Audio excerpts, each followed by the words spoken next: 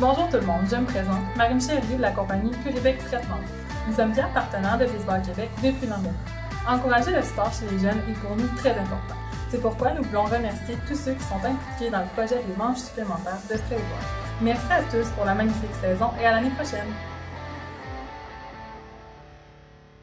Bonjour tout le monde, il est 20 h et par respect pour les gens qui sont à l'heure, j'aime bien ça, faire les choses dans le bon temps. Donc il est 20 h, je voudrais débuter immédiatement, mais avant, je vais juste sortir de là et je vais partir la vidéo. Bonsoir tout le monde, mon nom est Robert Brousseau de Baseball Québec, j'espère que ça va bien. Ce soir, avec moi, j'ai Pascal Jean et Claude Séguin, c'est-à-dire Pascal Jean de Baseball Québec, qui s'occupe de plein de programmes et qui gère aussi la plateforme Sportle, et Claude Séguin, qui est notre registraire provincial. Donc, il est fort possible qu'au cours de la séance, ces gens-là puissent intervenir et vont pouvoir également répondre à des questions, particulièrement quand on va parler de procédures entourant les transferts de joueurs.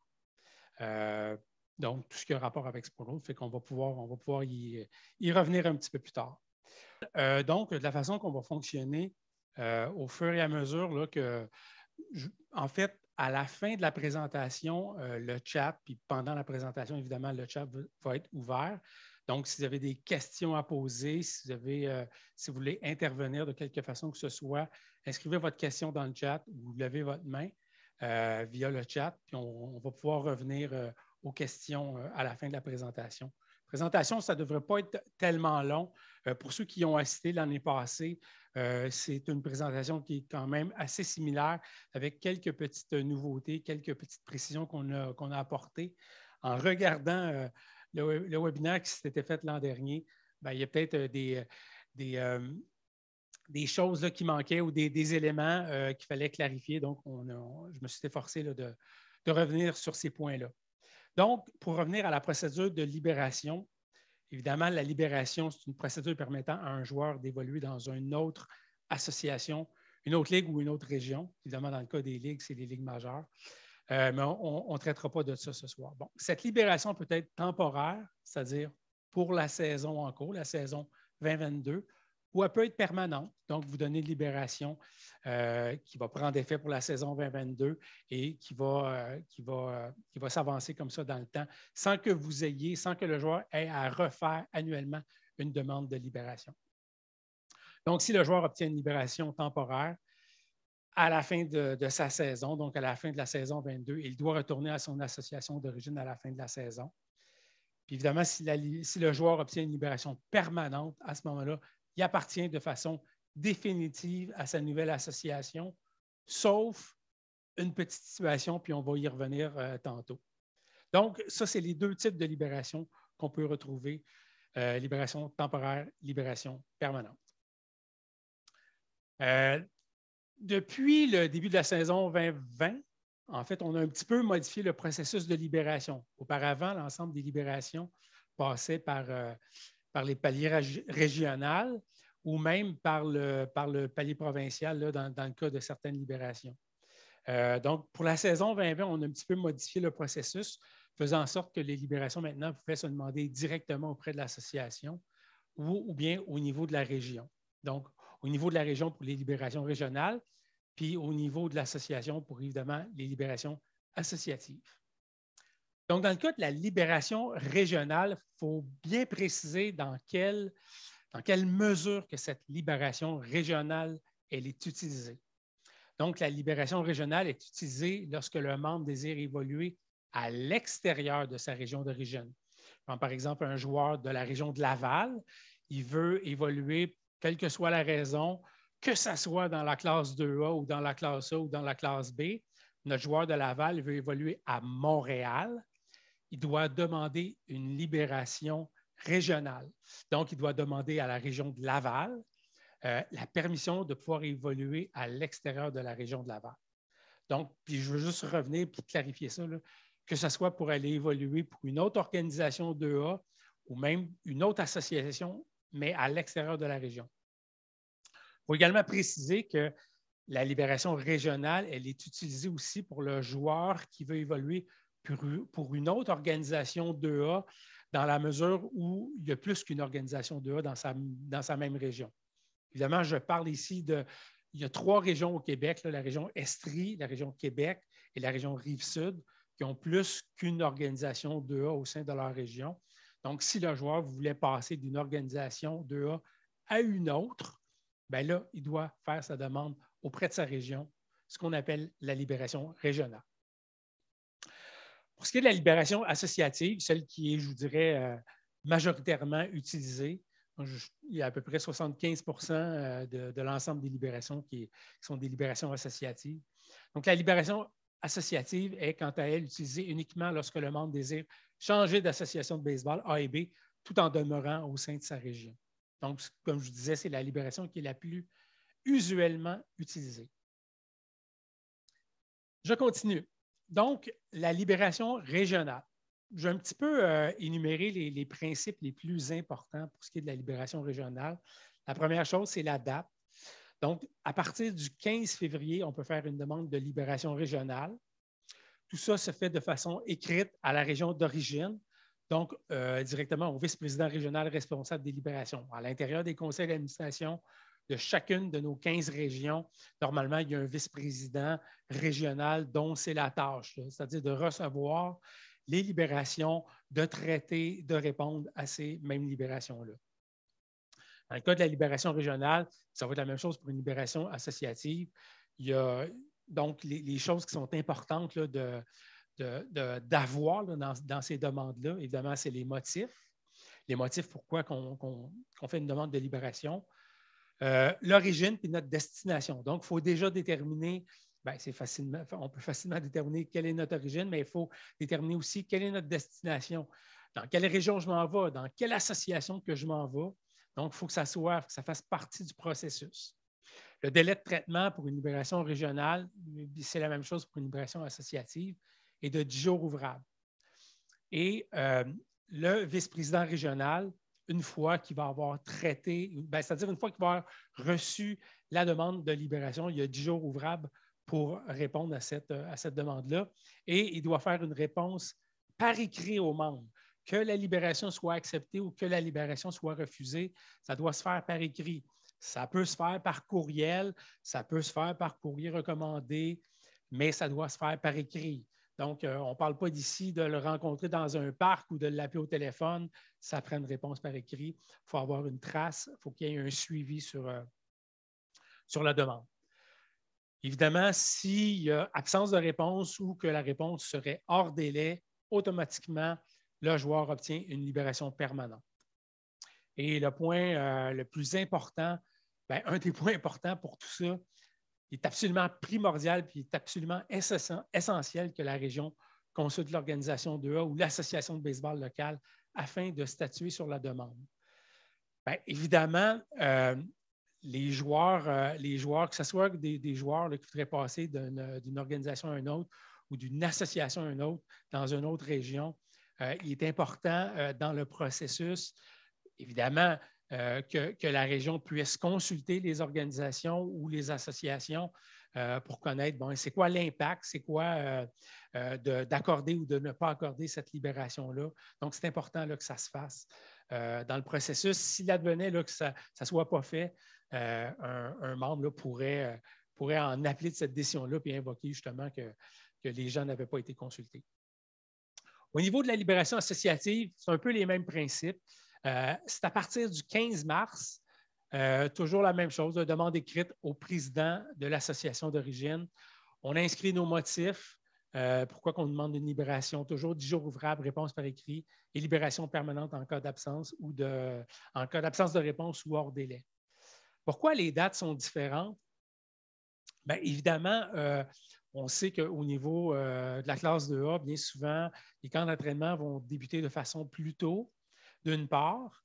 Et d'autre part, le fait qu'on ait repoussé jusqu'au 15 mars pour les libérations associatives, dans certains cas, les associations veulent avoir un portrait un peu plus juste du membership qu'ils ont au sein de leur association pour aussi mesurer l'impact de libérer un ou des joueurs, là. Donc, si par exemple, j'ai 7, 8, 9 joueurs dans une division donnée, dans une association, et que je libère 2, 3 joueurs, bien, ça se peut que ça fasse en sorte que je ne sois pas en mesure de mettre une équipe sur le terrain. Donc, c'est pour ça, c'est une des raisons là, pour laquelle on avait, en fait, depuis la saison 2020, là, qu'on a repoussé la date des libérations associatives au 15 mars pour permettre aux associations, on s'est dit qu'au 15 mars, on aurait une idée un petit peu plus juste là, des inscriptions de joueurs et c'est un peu plus facile pour les associations de traiter ces demandes-là en connaissant un peu mieux l'impact d'une telle libération au sein de l'association. Je poursuis. Les traitements de la demande. Donc, on en a parlé. Bon, il faut évidemment invoquer les motifs et les motivations derrière la demande de libération.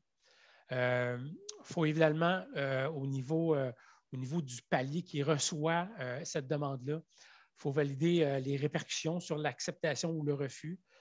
Comme dans l'exemple que je donnais tantôt, est-ce que ça a un impact sur l'association ou sur une équipe? Il faut également valider, est-ce qu'il y a un conflit ou un potentiel conflit qui est en cause? Tantôt, on va passer à travers un petit peu là, des motifs, de divers motifs là, qui pourraient être invoqués là, pour une demande de libération. Évidemment, le motif de conflit, que ce soit un conflit entre les parents puis l'association, un conflit entre le joueur puis l'entraîneur ou même un conflit d'un joueur avec d'autres joueurs de l'équipe, c'est des choses qui peuvent être invoquées, là, qui doivent être validées là, auprès de l'instance qui devra répondre à ces demandes-là. Toutefois, qu'on ait une libération ou qu'on n'ait pas une libération, le principe demeure, c'est-à-dire que le joueur doit évoluer à l'intérieur des limites de son territoire, c'est-à-dire au niveau de son association, puis au niveau de sa région. Donc, libérer un joueur pour une autre association ou une région, c'est possible via le processus qu'on passe à travers ce soir, mais on doit tenter de garder le joueur au sein même de son association, de sa région où il a son domicile légal. C'est sûr que à la base, on veut voir les joueurs évoluer au sein de leur association, de leur région, quoique des demandes de libération sont possibles. On va passer à travers les motifs qui pourraient faire en sorte là, que les libérations soient accordées ou pas. Les motifs, on en a énuméré quelques-uns. Évidemment, on peut en trouver plein d'autres, mais pour l'exercice de ce soir, je les ai comme séparés en trois groupes. C'est-à-dire le premier groupe, des motifs qui, pour ma part à moi, ce n'est pas des motifs valables pour accorder une libération. Ceci étant dit, il appartient à une association, il appartient à une région d'apprécier de la façon qu'ils le veulent bien les motifs. Mais pour ma part, puis pour le Comité provincial des règlements qui traite des demandes de libération dans le cas d'appel, pour nous, ce ne sont pas des motifs entraînant une demande de libération. Mais j'en énumère quelques-uns. Donc, je vais jouer avec mes amis dans l'association voisine. Je vous dirais que dans la vaste majorité des cas, c'est les motifs qui vont nous invoquer. D'autres choses comme c'est plus facile de me voyager dans l'association voisine. Je vais résider chez mes grands-parents dans l'association voisine. J'ai évolué avec ces athlètes dans le cadre du baseball d'automne. Ça, de plus en plus, c'est des raisons qui reviennent. Évidemment, dans le baseball d'automne, on le sait qu'il n'y a pas d'appartenance à une association. Donc, les joueurs sont amenés à jouer du baseball d'automne avec leurs amis. Mais ça ne... C'est pas parce que tu as joué du baseball d'automne avec une association X ou avec un regroupement que nécessairement tu viens de faire partie de ce regroupement-là. Mon père va coacher dans l'association voisine. Ça aussi, c'est des raisons qui sont invoquées. Puis, il y a aussi, j'ai des meilleures chances de faire l'équipe dans la classe A ou même dans la classe 2A, dans l'association ou dans l'organisation 2A voisine. C'est divers motifs qui, selon moi, ne sont pas des motifs valables pour accorder une libération. Les deux autres, je vous dirais que, là, ça demande une petite réflexion à savoir, est-ce que les motifs, puis est-ce que la recherche que je vais faire là, dans le traitement de la libération, est-ce que ça va m'amener à à lui accorder ou à ne pas lui accorder la libération. Donc, évidemment, mon association ne présente que la classe B alors que je suis de classe A. Ça peut arriver. Une petite association qui a juste 10, 12 joueurs dans une division donnée. Puis, pour les fins, c'est-à-dire que l'association, en regardant le talent des joueurs présents, il décide de sous-classer l'équipe et de l'envoyer dans la classe B. Puis, là, le joueur prétend que il ne sera peut-être pas à sa place, que il préférait jouer dans la classe A, dans l'association voisine. Ça, je pense que c'est un motif qui doit être regardé tout en mesurant quel impact là, que ça a. Est-ce que je peux me départir de ce joueur-là? Puis est-ce qu'effectivement, le joueur il va être à sa place d'aller jouer dans la classe A, dans l'association voisine? Pour moi, c'est une cause là, qui mérite réflexion. Puis évidemment, s'il y a un conflit ou un potentiel conflit avec l'association en cause, ça aussi, que ce soit des conflits entre les parents et les entraîneurs, entre les joueurs et les entraîneurs, ou même entre les joueurs entre eux, je pense qu'il y a lieu d'investiguer à savoir est-ce que c'est des caprices ou c'est un réel conflit? Est-ce que c'est quelque chose qui perdure dans le temps? Est-ce qu'on a déjà eu des expériences avec cet entraîneur-là, puis on sait qu'il va revenir dans cette division, dans cette classe-là, dans l'année prochaine ou dans l'année en cours? Donc, ça, je pense qu'il y a lieu d'investiguer et ça vous appartiendra comme association, comme région, d'apprécier les raisons et d'accorder ou de ne pas accorder la demande de libération.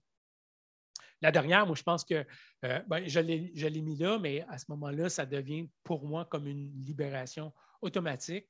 Évidemment, si l'association n'est pas en mesure d'offrir la division de jeu demandée, j'ai juste 3 inscriptions dans le 15U.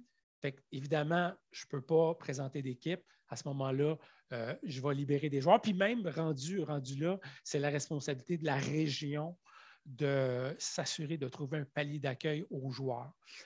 C'est sûr que le joueur, sachant qu'il aura pas assez de joueurs pour former une équipe, c'est sûr qu'il pourrait demander sa libération. Puis au 15 mars, souvent, là, on a une très bonne idée, là, à savoir est-ce que je vais avoir assez de joueurs pour former une équipe. Donc, la libération pourrait être accordée directement par l'association, mais même si ce n'était pas le cas, il demeure que c'est la responsabilité de la région de trouver un palier d'accueil pour le joueur. Je continue. Prise de décision et diffusion de l'information. Donc, évidemment, je me mets à la place d'un président d'association ou d'un vice-président régional. Je prends connaissance de la demande de libération. J'informe le membre que sa demande est en traitement. Très important, puisqu'il y a un délai qui est de 10 jours ouvrables pour traiter les demandes. Donc, on veut simplement s'assurer que tout le monde sache à quel moment que la demande a été reçue, puis que, le délai de 10 jours ouvrables commence à ce moment-là. Évidemment, le président de l'association ou le vice-président, comme je disais tantôt, doit s'informer puis interroger les associations concernées des impacts là, de cette même demande de libération.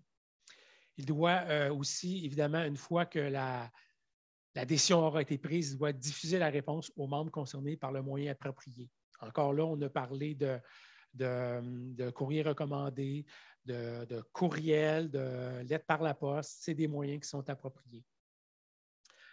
Une fois que la demande aura été acceptée, en fait, en recevant la demande, il doit consigner cette même demande-là et aussi éventuellement la réponse du transfert de joueurs dans ce portal.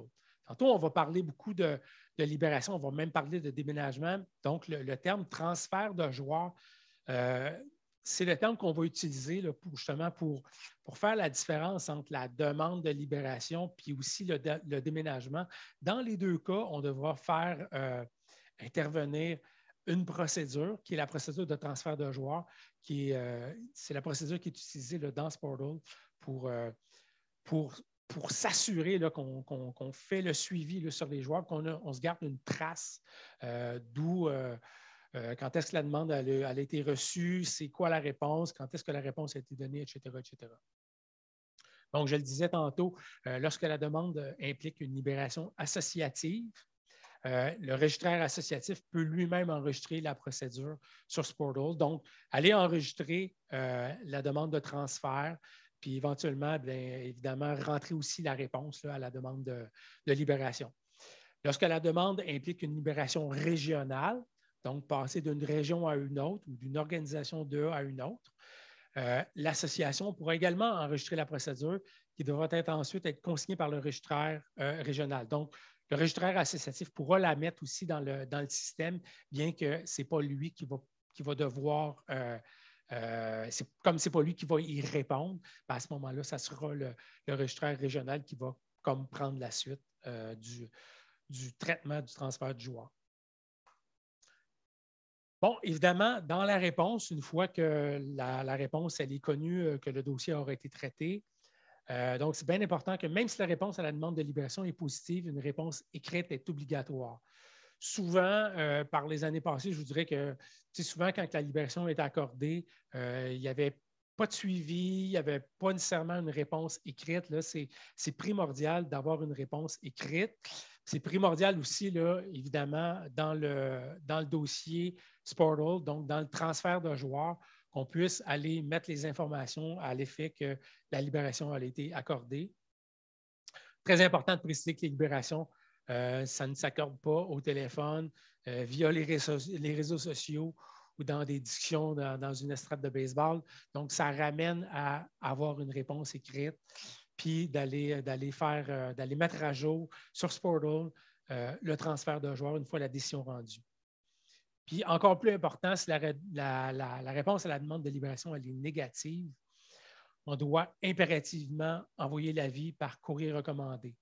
Moi, c'est évidemment, c'est ce que je propose, surtout dans le cas d'une réponse négative, parce que on veut absolument, parce que d'une part, la personne, ça sera son privilège de pouvoir aller en appel et il y a un délai d'appel, puis on va le voir juste un peu plus tard. Et si on donne la réponse de façon vague et ce n'est pas fait de façon claire, puis on n'est pas en mesure de déterminer à quelle date que la réponse a été donnée, bien là, c'est difficile là, de traiter le cas d'appel puis de respecter le délai de 3 jours ouvrables. Donc, c'est important de le faire. En tout cas, moi, personnellement, je vous recommande de le faire par courrier recommandé. Si on le fait par courriel, on doit contacter le membre pour vous assurer qu'il en a pris connaissance. C'est fort important dans le cas d'un appel, justement, pour déterminer à quel moment que la réponse a été rendue pour déterminer la suite des choses, c'est-à-dire s'il y a un appel des 3 jours ouvrables que le membre aura pour aller en appel de cette décision-là. Évidemment, encore là, mettre à jour le transfert de joueurs sur Sportal une fois que la décision aura été rendue. Dans le processus d'appel, donc, s'il advenait que la demande de libération soit refusée, donc, il appartient aux membres d'aller en appel dans les 3 jours ouvrables qui suivent la connaissance par la partie appelante de la décision contestée. Donc, que ce soit à partir de la confirmation par courriel ou, encore mieux, là, si on l'a envoyé par courrier recommandé, là, on est capable de valider à quelle date là, que ça a été reçu. Donc, c'est là où on va débuter le fameux 3 jours ouvrables pour venir en appel. Puis, évidemment, cette demande d'appel-là doit être envoyée au siège social de la région, s'il advenait que ce soit une libération associative, ou bien directement à Baseball Québec, si c'est un appel d'une libération régionale. Donc, si c'est pour changer de région, l'appel se fait directement à Baseball Québec. Si c'est pour changer d'association tout en demeurant à l'intérieur de la région, l'appel se fait au niveau de la région. J'ai inclus quelques autres considérations à prendre en considération sur le principe des libérations. Le premier, c'est le droit territorial. Donc, on lit que toujours inscrit dans un cahier d'enregistrement pour une association, continue d'appartenir à cette association tant que celle-ci existe ou continue d'organiser du baseball pour sa division d'âge. Ça, c'est le principe général. Toutefois, puis ça, je vais prendre l'exemple, par exemple, cette saison. Un exemple très concret. L'association de Surroi L'association de Surroy, qui est une association au Lac-Saint-Louis, auparavant, cette association-là était constituée de 4 villes, c'est-à-dire la ville de Châteauguay, Mercier, Sainte-Martine et Beauharnois.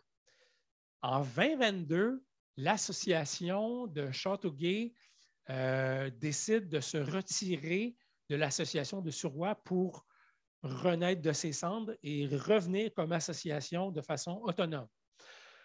Donc, si le joueur a évolué l'an dernier pour l'association de Surroy et que cette association-là décide de se défusionner, disons, de l'association de Surroy, c'est le droit et c'est le privilège du joueur de demeurer avec le Surroy. Et c'est un exemple de ce qu'on considère plutôt un droit acquis. Donc, si le joueur était déjà avec Surroy, puis si c'est un joueur de Châteauguay, ben oui, il pourrait demander sa libération à Châteauguay, c'est-à-dire de retourner dans son association d'origine. Mais s'il veut demeurer au sein de Surroy, parce que ça fait 2 ans, 3 ans, 4 ans qu'il évolue avec le Surroy, c'est son privilège. On ne peut pas le déraciner de force de son association. L'autre principe, c'est le joueur non enregistré dans un cahier d'équipe l'année précédente. Tantôt, j'en parlais là, au niveau de la libération permanente. Ça, c'est quelque chose là, qui existe aussi. Là. Bon, n'étant pas inscrit dans un cahier d'enregistrement l'année précédente, le joueur n'a plus d'appartenance à la dernière équipe pour laquelle il a été inscrit. Le joueur doit se présenter à l'association où il a élu son domicile légal. Et ce que je donne comme exemple, c'est que si un joueur, par exemple un joueur de Laval, qui aurait obtenu une libération permanente pour jouer à Montréal. Donc, il a obtenu cette libération en 2020. Pour la saison 2020, il a évolué avec une libération permanente à Montréal. Dans la saison 2021, il a arrêté de jouer, quelle que soit la raison, que ce soit la COVID, que ce soit j'ai décidé d'aller jouer dans un autre sport, j'ai décidé de prendre des cours de piano et de ne pas jouer au baseball en 2021. À ce moment-là, le lien avec son association, même s'il y avait une libération permanente, le lien avec son association est rompu. Et à ce moment-là, il doit retourner à son association et sa région d'origine où il a son domicile légal. Dans ce cas-ci, ce joueur-là devrait retourner à Laval. Il lui appartiendra, évidemment, ça sera son privilège de faire une autre demande de libération. Mais c'est un exemple qu'on voit où, même avec une libération permanente, dans certaines occasions, ce lien-là pourrait être rompu si le joueur arrête de jouer pendant une saison. Le dernier point, plutôt, l'absence d'une division. Donc, une association qui suspend ses activités dans une ou plusieurs divisions pour plus d'une saison perd les droits sur ses joueurs. Je vais juste remonter quelque chose. Donc, lorsqu'un joueur évolue dans une association, parce que son association d'origine ne peut présenter une division donnée, ça j'en ai parlé tantôt, c'était évidemment un motif de libération. Son lien avec l'association d'origine cesse à partir de la 2e année où il évolue à l'extérieur de son association d'origine. S'il désire y retourner, une libération sera nécessaire. Donc, si je suis un joueur, par exemple, de Pointe-aux-Trembles, et Pointe-aux-Trembles n'est pas en mesure d'offrir la division 15U dans une année donnée, bien, pour la saison 2022, la région va me trouver un palier d'accueil. Et si en 2023, Pointe-aux-Trembles est en mesure de présenter la division 15U ou même la division 18U, si je suis d'âge 18U, à ce moment-là, automatiquement, je vais revenir jouer avec l'association de Pointe-aux-Trembles. Si pendant 2 saisons consécutives, une association n'est pas en mesure de m'offrir mon palier d'accueil, c'est-à-dire ma division d'âge, à ce moment-là, on est libéré de façon automatique. Puis à ce moment-là, si on veut retourner dans son association d'origine, ça va nous prendre une libération pour y retourner. Oups, je continue. L'autre considération, c'est évidemment le déménagement. Le déménagement, donc lorsqu'un joueur déménage avant le 9 juillet, il peut jouer dans son association d'origine tant et si longtemps qu'il n'arrête pas pour une saison. Et encore là, c'est là où on parle, où on invoque le droit acquis. Donc, même si je déménage, c'est mon privilège de demeurer dans mon association où j'étais avant mon déménagement tant que je n'arrête pas pour une saison. Donc, à ce moment-là, je vais toujours pouvoir garder mon droit acquis, je vais toujours garder mon lien avec mon association d'origine. Ou, à ce moment-là, puis là, donc, là, ça devient le privilège du joueur, jouer dans mon association d'origine ou bien m'enregistrer auprès de ma nouvelle association où je vais avoir mon domicile légal en obtenant au préalable sa libération. Donc, tout ça se fait, le joueur, lorsqu'il déménage avant le 9 juillet, bon, il peut s'enregistrer dans l'association de son nouveau domicile en obtenant au préalable sa libération. Lorsqu'un joueur de division mineure déménage, puis là, ça vient un petit peu contrer, je veux dire, le point B. Lorsqu'un joueur de division mineure déménage avant même de s'être enregistré auprès d'une équipe, donc avant même d'avoir fait mon inscription auprès de mon association, j'ai déménagé. À ce moment-là, il n'y a pas de libération qui est nécessaire. Si je pars de Montréal puis je m'en vais déménager sur la Côte-Nord et que ça se fait avant l'inscription, avant que je sois inscrit dans un cahier d'équipe, à ce moment-là, je n'ai pas besoin de libération. On dit aussi bon, que dans le cas du déménagement, la prise de possession ou le déménagement doit être effectif au 9 juillet. Autrement, le joueur sera inéligible à évoluer pour sa nouvelle association. Donc, il faut que le joueur aille effectivement déménager au 9 juillet là, pour que ça soit effectif. Donc, le déménagement et la libération sont traités de façon similaire sur Sportal. Donc, ça se fait via un transfert de joueurs.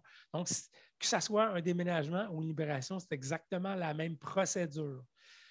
Bien qu'un déménagement n'est pas en soi une demande de libération. Bon, évidemment, si vous étiez déjà enregistré auprès de votre association, à ce moment-là, vous devez faire une demande de libération, mais si vous n'étiez pas encore enregistré auprès de votre association dans une année donnée, vous n'avez pas besoin de faire une demande de libération. Mais c'est juste pour invoquer que ce soit un déménagement ou une libération, il va y avoir une trace sur Sportal pour suivre, disons, le transfert de joueurs. Je pense que c'est la dernière slide, évidemment, la fameuse formule de libération que vous pouvez retrouver sur le site de Baseball Québec. Vous pouvez aussi retrouver sur les sites régionaux. Donc, c'est un formulaire qui est très sommaire, là, qui indique un peu les informations du joueur, à savoir nom, prénom, etc., date de naissance, c'est quoi son association d'origine, sa région d'origine, la destination du joueur, puis donc, c'est le document qui doit être envoyé à votre association ou à votre région. Évidemment, on peut utiliser un simple courriel aussi, là, mais c'est important que dans votre demande que vous allez faire par courriel, que vous puissiez retrouver minimalement là, les informations sur le joueur puis la destination du joueur.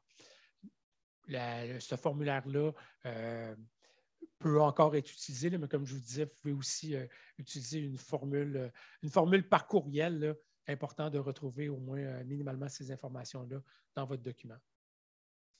Je vais arrêter de sharer. Je crois qu'on a des questions sur le chat. Donc, Denis Marleau qui indique « Courrier recommandé, procédure pour les villes et rurales différentes ». Denis, je vais te demander de te démuter. Plutôt, je vais aller te démuter parce que je voudrais entendre ta question. Attends une seconde. Denis. Mais il faut que Denis se démute. Oui. Est-ce que vous m'entendez? Absolument. Bon, parfait. Alors, moi, j'aimerais juste faire remarquer que le courrier recommandé, oui, c'est bon que ce que tu parles, mais dans une ville et en rural, c'est deux choses différentes. C'est que j'ai travaillé 37 ans à Poste Canada, pour ceux qui ne le savent pas, là, mais je connais un peu la procédure. En rural, ce qui veut dire comme moi, je demeure à Sainte-Agathe-des-Monts, le facteur ne viendra jamais porter la lettre recommandée chez moi. Okay. Il va laisser une carte me disant que le lendemain, à partir de 1 heure, je peux aller prendre possession de ma lettre recommandée à un endroit X. Okay. J'ai 15 jours ouvrables pour aller chercher cette lettre-là. Mm-hmm. Le seul temps que vous allez prendre connaissance qu'on a envoyé, que celui qui envoie la lettre recommandée, il ne recevra jamais de courrier comme quoi que l'autre a pris possession de la lettre. Il faut qu'il aille sur le système de Poste Canada pour dire à quel moment il a pris possession de la lettre. Et là, on calcule les 3 jours. Alors, c'est là qui est différent. En ville, la personne, le facteur, vu qu'il n'y a pas de distance à faire ou presque pas, par contre, je te dis, là, les procédures de Poste Canada ont peut-être changé même pour la ville parce qu'à cette heure qu'il y a des boîtes groupes dans certains coins, la distance peut être là, le facteur n'est pas tenu d'aller porter la lettre recommandée. S'il est tenu d'aller porter la lettre recommandée, bien, il va sonner à la porte, il y a quelqu'un qui va répondre s'il y a une personne présente. Sinon, la procédure est la même. C'est 15 jours ouvrables pour aller chercher l'article en question. Puis après 15 jours, l'article va être retourné au destinataire, celui qui l'a envoyé. Okay. Alors, c'est de faire attention si on envoie, je suis d'accord avec toi que d'envoyer une lettre recommandée, c'est une chose qui est vraiment legit, légale, OK? Puis c'est vrai que c'est la procédure, sauf qu'il faut prendre conscience que la réponse peut prendre du temps. Et là, la personne va faire un appel. Si elle n'a pas le temps, parce que pour n'importe quelle raison, je regrette d'aller chercher durant la semaine, elle va le chercher la fin de semaine parce que le bureau ou le sous-bureau de poste est ouvert. Elle va le chercher la fin de semaine. Bien, elle ne peut pas faire autrement que de donner une réponse juste le lundi ou le mardi d'après. C'est 3 jours ouvrables. Alors, c'est juste de tenir ça compte pour tous ceux qui veulent faire une réponse pour dire qu'ils refusent une libération d'un joueur. Là. OK, je comprends. C'est juste ça. L'autre question que j'avais, c'est que moi, dans ma région, à moi, il y a des villes qui refusent le droit d'acquis.